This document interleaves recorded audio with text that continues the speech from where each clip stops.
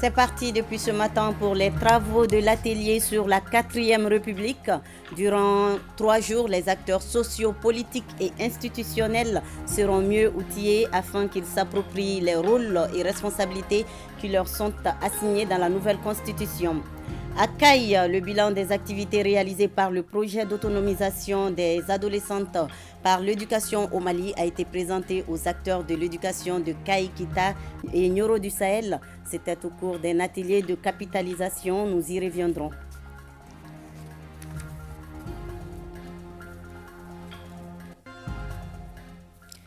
Jeudi 7 décembre. Madame, Monsieur, bonjour et soyez les bienvenus dans ce 13h. Les travaux de l'atelier sur la 4e République ont démarré ce matin sous le thème rôle et responsabilité des acteurs sociaux, politiques et institutionnels. Cette rencontre vise à débattre à fond de la nouvelle constitution. 5 panels sont prévus dont le Malien au cœur de la 4e République et la gouvernance politique, institutionnelle et électorale. Hier, la ministre déléguée auprès du Premier ministre chargée des réformes politiques et institutionnelles a donné plus de précisions sur cette rencontre d'envergure nationale. Fatmata Sekoudiko est au micro de nos reporters Mohamed Kanyantao et Brahima Koulibaly. Le 22 juillet passé, le président de la transition, son Excellence le colonel Assimi Goïta, a signé le décret de promulgation de la nouvelle constitution qui acte ainsi l'avènement de la 4e République. Et donc l'avènement de cette 4e République, qui répond à une des attentes fortes des assises nationales de la refondation, comporte beaucoup d'innovations, notamment en termes de gouvernance globale. Donc il s'agit de mobiliser les acteurs autour de ces innovations, de faire en sorte qu'ils s'approprient les nouveaux rôles et les responsabilités qui leur ont été assignés par cette nouvelle constitution. Et dans cette dynamique, c'est important de réunir ces acteurs concernés, de faire en sorte qu'ils débattent de cette nouvelle constitution, d'être au même niveau d'information pour assurer un accompagnement pertinent de la transition. Il y a 5 panels qui sont prévus et qui seront animés par des panélistes que nous avons voulu vraiment de haut niveau. Le premier panel porte sur le Malien au cœur de la 4e République, la citoyenneté et les valeurs. Le second panel porte sur la gouvernance territoriale et administrative. Le troisième panel porte sur la gouvernance politique, institutionnelle et électorale. Le 4e panel porte sur la lutte contre la corruption et le 5e panel porte sur la défense nationale dans ses composantes militaires et civiles. C'est de faire en sorte de mieux outiller ces acteurs-là pour qu'ils nous servent de relais auprès d'une masse critique des Maliens pour accompagner de manière assez pertinente les autorités de la transition qui ont pris à leur compte cette demande forte des populations maliennes d'amener une refondation de notre pays. Hassan, les agents de l'État et les élus des collectivités sont désormais bien édifiés sur la stratégie de stabilisation des régions du centre. C'était à la faveur d'un atelier organisé par le secrétariat permanent du cadre politique de gestion de la crise du centre. L'objectif est d'impliquer davantage les collectivités dans la recherche de voies ou moyens de sortie de crise. De sang, la correspondance de Drissa Kone. Par cet atelier, le secrétariat permanent veut consolider les liens de collaboration et de concertation avec les collectivités territoriales. Il s'agit donc d'informer et de sensibiliser les participants sur la stratégie de stabilisation du centre et son plan d'action 2022-2024. Au cours de nos échanges, nous essaierons de survoler la présentation du cadre politique de gestion de la crise du centre, la stratégie de stabilisation des régions du centre, les plans d'action 2022-2024 et les outils de suivi et rapportage de la stratégie de stabilisation des régions du centre. Avec la prise de Kidal, un nouveau vent de renaissance souffle sur le Mali et les collectivités ont un rôle prépondérant à jouer dans ce maintien. Nous procédons donc aujourd'hui à la dissémination d'une stratégie dont le gouvernement s'est doté pour accomplir efficacement ses missions, j'allais dire, notre mission sur le terrain pour la stabilisation de notre pays et de notre région. C'est l'occasion pour nous tous de réitérer l'importance de cette structure qu'est le secrétariat permanent du cadre politique de gestion de la crise au centre. En marge des travaux, un lot du document de la stratégie de stabilisation des régions du centre et son plan d'action 2022-2024 a été remis aux collectivités territoriales. Un atelier de formation des acteurs régionaux sur les outils d'opérationnalisation du budget programme s'est tenu à Koulikoro. La session s'inscrit dans le cadre d'un vaste programme de renforcement de capacités initié par le ministère de l'Économie et des Finances à travers la Direction générale du budget. Les directeurs des services techniques du ministère de l'Économie et des Finances et ceux des directions techniques sectorielles des 14 régions du Mali ont pris part à la rencontre. Revenons sur la cérémonie d'ouverture avec Djemba Moussa Kounati. L'élaboration et l'exécution du budget en mode programme, la présentation sur les modes d'élaboration et d'exécution des dépenses dans le système informatique PRED6 sont entre autres modules qui seront développés au cours de cet atelier de formation des acteurs régionaux sur les outils d'opérationnalisation du budget programme à Koulikoro. Cet atelier de 2 jours vise donc à expliquer aux participants la pertinence de ces outils afin qu'ils puissent être performants dans leurs activités au quotidien. Nous visons, à travers les différents programmes budgétaires définis, à assurer que les responsables des programmes s'engagent sur des objectifs sur la base desquels ils définissent des indicateurs qui sont évalués en fin d'exercice pour évaluer leur performance et également pour se projeter sur l'avenir. Cet atelier vise en outre à outiller les services techniques déconcentrés pour une meilleure maîtrise de leur rôle dans la gestion budgétaire en mode programme. Vous aurez à parcourir durant 2 jours les modules tels que la budgétisation axée sur les résultats à barre ou budget programme, les processus d'élaboration et d'exécution du projet en mode programme, les rôles et responsabilités des acteurs, les procédures d'exécution des dépenses dans le système informatique budgétaire, le PRED5. Cette session de formation devra permettre à tous les acteurs de comprendre le langage du budget programme et de s'approprier les différents outils développés au cours de la formation. À Kita, les membres du comité régional d'orientation, de coordination et du suivi des actions de développement CROSAD étaient en session extraordinaire, session au cours de laquelle ils ont approuvé les sous-projets du projet de déploiement des ressources de l'État pour l'amélioration des services et ripostes locales au Covid-19 et le protocole de suivi. Au RTM Kita, Mamadi Alioubari. La présente session extraordinaire du comité régional d'orientation, de coordination et de suivi des actions de développement CROSAD a regroupé en outre les autorités administratives politiques, les leaders religieux, bref, toutes les couches socio-professionnelles de Kita. Elle s'inscrit dans le cadre de la mobilisation des ressources et de la dotation conditionnelle de performance du projet de déploiement des ressources de l'État pour l'amélioration des services PEDREAS. Au cours de cette journée, nous avons eu d'abord à faire le bilan de l'exercice antérieur, en même temps présenter les 19 sous-projets qui ont été soumis au financement du PEDREAS. Et pour ça, ces 19 projets cumulent un droit de tirage de 370 millions sur 460 millions alloués aux collectivités, soit un taux de mobilisation de 80% environ. Il ressort de cette session que le coût total des sous-projets des 5 collectivités de la région s'élève à plus de 461 millions de francs CFA. Les domaines concernés sont majoritairement des secteurs de l'éducation, de la santé et des équipements, entre autres. Je voudrais vous rassurer que l'État et ses partenaires, à travers l'Agence nationale d'investissement des collectivités territoriales ANICT et le projet de déploiement des ressources de l'État pour l'amélioration des services et riposte locale à la Covid-19, PEDREAS, ne ménageront aucun effort pour accompagner les collectivités territoriales afin d'asseoir les meilleures conditions du développement local.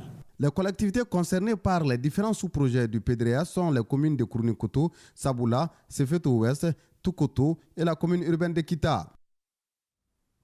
Je vous l'annonçais également en titre, un atelier de capitalisation des résultats obtenus par le projet d'autonomisation des adolescentes par l'éducation au Mali s'est tenu à Caille. Pendant 2 jours, les acteurs de l'éducation de Caille, Kita, Nioro du Sahel ainsi que ceux de mise en œuvre du projet ont examiné le bilan des activités réalisées. La cérémonie d'ouverture était présidée par le conseiller aux affaires économiques et financières du gouverneur de la région, Balkissa Sadibou Chérif Aïdara. Réinsérer les adolescentes non scolarisées ou déscolarisées dans le système éducatif en améliorant leurs conditions d'apprentissage à travers le renforcement des capacités des enseignants, des structures de gestion de l'école en mode décentralisé et leur suivi par les services techniques de l'État, c'est l'objectif du projet d'autonomisation des adolescentes par l'éducation au Mali. Il est mis en œuvre par l'UNICEF à travers son partenaire Fandema Educo sur financement de l'agence de développement norvégien NORAD. On a mis une alternative, les centres de scolarisation accélérés ou passerelles, qui a couvert les enfants entre 8 et 12 ans qui n'ont pas eu la chance d'aller à l'école ou qui ont été exclus de l'école de façon très précoce. Il y a l'insertion et la réinsertion, surtout au niveau du fondamental 2. Beaucoup de filles décrochent après avoir passé la 6e pour la 7e et avec l'âge pubère, elles abandonnent pour plusieurs raisons. L'UNICEF travaille avec ses partenaires et le gouvernement malien pour soutenir l'amélioration de la gestion de l'école. La présente rencontre nous offre l'opportunité de faire le bilan des activités réalisées par le projet. Le conseiller aux affaires économiques et financières du gouverneur de la région de Caille a salué les résultats obtenus dans la mise en œuvre du projet. Ces résultats concernent 2340 enfants de 7 à 8 ans, dont 1262 filles insérées à l'école durant les années scolaires 2020, 2021 2022. 3129 enfants de 9 à 13 ans, dont 1573 filles transférées en classe de 4e et 3e année du fondamental via les SSAP des années 2021-2022 et 2022-2023. Le projet Autonomiser les adolescentes par l'éducation est mis en œuvre depuis 2020 dans les régions de Caille, Kita et Nioro du Sahel, dans 8 centres d'animation pédagogique. L'importance de la planification dans la gestion du développement, c'est le thème d'un atelier d'information et de sensibilisation de 2 jours organisé à Ségou par le mécanisme africain d'évaluation par les pairs, MAEP. Il s'agissait d'inciter les décideurs publics et privés à prendre en compte la planification dans la gestion du développement régional et local. Reportage Fousséni Samaki. Durant 2 jours, les acteurs de la planification et les décideurs vont échanger sur la nécessité et l'utilité de la planification dans la gestion du développement. Ils seront ainsi mieux outillés pour la mise en œuvre de la démarche de planification dans les domaines d'intervention respectifs. À travers cette formation, la Commission nationale de gouvernance du MAEP vise à renforcer les capacités maintenant des cadres et des décideurs des régions intervenant dans le domaine de la planification et la gestion du développement local, pour qu'ils continuent maintenant de mettre maintenant la planification au cœur de leurs projets et programmes en vue d'assurer maintenant un développement durable au plan local. La planification, elle est importante dans tout ce que nous faisons.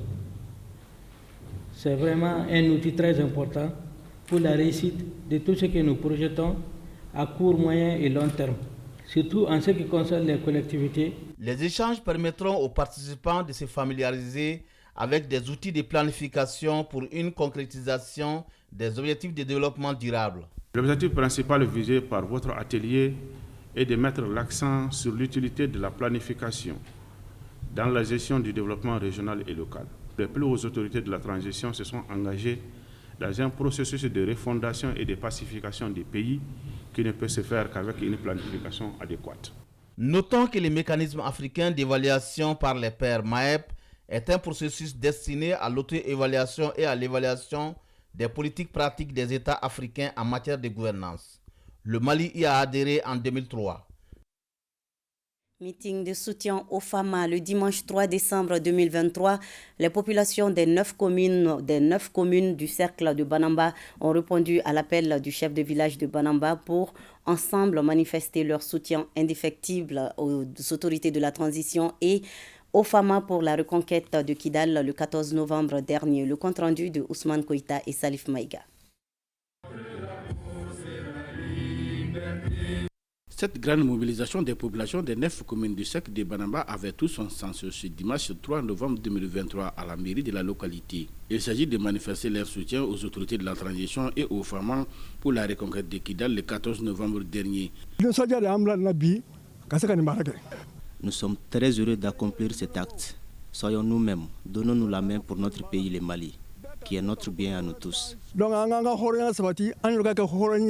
Saluer notre armée, notre vaillante armée nationale pour l'impulsion du président de la transition, son Excellence Assimi Goïta, pour l'acte de bravoure qu'elle a accompli le 14 novembre 2023 en réussissant à hisser le drapeau du Mali sur la ville de Kidal au prix de nombreux sacrifices consentis. Ils ont rappelé les défis actuels et que seule l'union est notre force. Cette victoire à Kidal est le début du bonheur retrouvé par tous les Maliens. La transition a notre soutien. Il est demandé aujourd'hui aux Maliens de s'armer du courage, de la détermination pour relever les multiples défis auxquels notre pays fait face. Sinon, le meilleur est à venir. Les défis sont majeurs et votre accompagnement est plus que nécessaire pour relever ces défis. Alors, unissons-nous. Donnons-nous les mains pour que nous puissions vaincre sur tous les plans. La rencontre a pris fin par des bénédictions pour un Mali prospère dans la paix où il fait bon vivre. La Direction nationale du développement social forme ses agents sur le contexte et les enjeux des actions humanitaires au Mali. Elle vient d'organiser un atelier à Bamako sur le contexte et les enjeux des actions humanitaires à l'intention de ses agents. Un reportage à Guibou Koulibaly. Cette session de formation vise à une meilleure préparation des acteurs de la Direction nationale du développement social, à la prévention aux urgences humanitaires et à la réinsertion socio-économique des populations affectées par la crise. Non seulement ils vont partir avec des outils pratiques qui vont leur permettre de mieux rentrer en négociation ou en coordination avec d'autres acteurs, mais des outils qui leur permettent de mieux cerner les besoins d'évaluation sur le terrain, mais des outils aussi qui leur permettra de gérer leur sécurité également, de mieux améliorer la collecte de l'information. La formation va donc renforcer les compétences des cadres des niveaux national et régional de la Direction nationale du développement social à planifier, mettre en œuvre et évaluer des projets humanitaires en tenant compte des besoins spécifiques des populations vulnérables, notamment les femmes, les enfants, les personnes âgées et les personnes handicapées. Le nombre de Maliens réfugiés dans les pays voisins s'élève à 207 870 personnes réparties entre les pays. 85 484 réfugiés demandeurs d'asile sont au Mali à cette date. C'est la première fois que les directeurs régionaux du développement social des 19 régions du Mali se retrouvent autour d'une formation sur l'action humanitaire. Elle témoigne de la volonté du gouvernement de renforcer le rôle du département dans la coordination et la mise en œuvre des actions humanitaires en complémentarité avec les autres acteurs. Dans la mouvance des séjours d'activisme, le programme national pour l'abandon des violences basées sur le genre, avec le soutien technique et financier de l'ONG Maristop International Mali, sensibilise des blogueurs, influenceurs et promoteurs du web TV sur les conséquences des violences faites aux femmes et aux filles. Awa Adama Koulibaly et Aruna Diarra. Pour mieux commémorer les 16 jours d'activisme contre les violences faites aux femmes et filles, le Programme national pour l'abandon des violences basées sur le genre, PNVBG, multiplie les initiatives pour renforcer les efforts de sensibilisation, à commencer par les hommes et femmes exerçant dans le monde de l'information. Les réponses visant à prévenir et atténuer les violences doivent absolument tenir compte de tous les aspects liés aux stratégies pour l'équité de genre, notamment la bonne communication pour le changement de comportement dans laquelle les blogueurs et les influenceurs jouent un rôle crucial. Ayant rejoint la lutte il y a moins de 3 ans, l'ONG Maristop International a choisi la prévention comme moyen d'apporter sa pierre à l'élimination des violences basées sur le genre. On peut dire que Maristop, pour le moment, c'est un bébé dans le domaine des violences basées sur le genre, mais c'est un bébé qui n'est pas fort. L'objectif pour nous, c'est qu'il n'y ait même pas de violence. À plus forte raison, la réponse. Si certains parmi les participants sont moins avertis sur la question des VBG, d'autres y consacrent leur quotidien. Après cette formation, ça va nous permettre de faire beaucoup de sensibilisation sur les violences basées sur le genre. Nous avons un volet VBG sur lequel nous faisons des campagnes. Nous avons appris beaucoup de petites choses du quotidien qu'on ignore peut-être, mais qui sont importantes dans le cadre de la lutte contre les VBG. De petites choses telles que la compréhension du concept genre et les principes directeurs des VBG. Cette année, le rôle et responsabilité des femmes dans la lutte contre les violences faites aux femmes et filles en période électorale est le thème retenu. Selon la cellule nationale de lutte contre le travail des enfants, 60% des enfants de 5 à 17 ans sont concernés par le travail des enfants en milieu rural contre 34% en milieu urbain. Pour réduire le phénomène, World Vision Mali, en tandem avec l'organisation Terre des Hommes, a organisé un atelier sur la problématique à l'endroit des hommes de médias, acteurs de la société civile, syndicalistes, entre autres. Bokari Koulibaly, reportage. Des organisations de la société civile et d'autres acteurs non étatiques se renforcent dans la protection et la lutte contre le travail des enfants. C'est l'œuvre de World Vision à travers son initiative Joining Forces for Africa. Autrement dit, agir ensemble contre le travail des enfants. C'est un projet qui est mis en place au niveau de l'Afrique subsaharienne, financé par l'Union européenne. Et l'objectif, c'est de contribuer à la réduction du travail des enfants au niveau de ces pays, comme le Mali, le Madagascar, le Malawi et le Burkina Faso. Cet atelier fait partie d'une série de rencontres pour mettre en place donc, des plans de formation et d'élaborer une stratégie de communication et de plaidoyer au niveau national et au niveau local.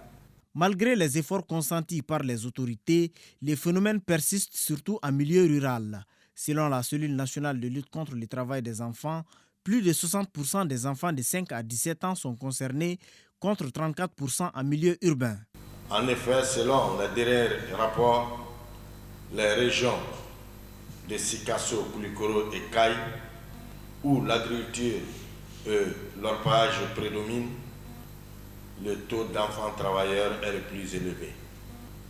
Malheureusement, plus d'un enfant sur deux âgés de 5 à 17 ans sont encore astreints à des travaux dangereux.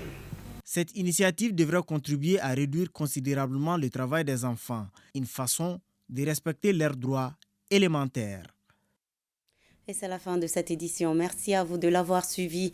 Prochain rendez-vous avec les infos sur ORTM1, ce sera à 20h. D'ici là, je vous souhaite de passer un bel après-midi avec nous. À demain 13h, Inch'Allah.